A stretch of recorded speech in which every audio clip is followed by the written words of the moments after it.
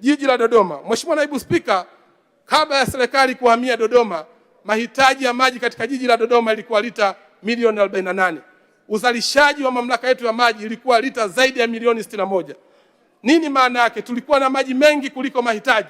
Lakini baada ya serikali kuhamia Dodoma, leo mahitaji ya maji katika jiji la Dodoma ni zaidi ya lita milioni 150. Mahitaji yamekuwa makubwa, ingawa uzalishaji wetu leo tuna zaidi ya lita milioni 88. Hapa tuna upungufu.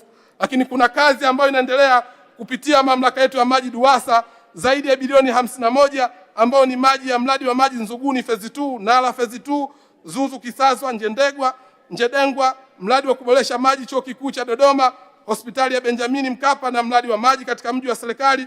Kukamilika kwa miradi hiyo kutaongeza uzalishaji wa maji kutoka lita milioni 88 kwa siku hadi lita milioni 127 na kupunguza mgao wa maji maeneo ya Mkonze, Miganga, Chidachi, Michese, Kinyambwa extension, Zuzu, Nala, Mkuhungu, Ilazo, Makole, Ipagala, Swaswa, Mpamaa, Kisasa, Iyumbu, Njedengwa, Ihumwa mpaka kule Mtumba.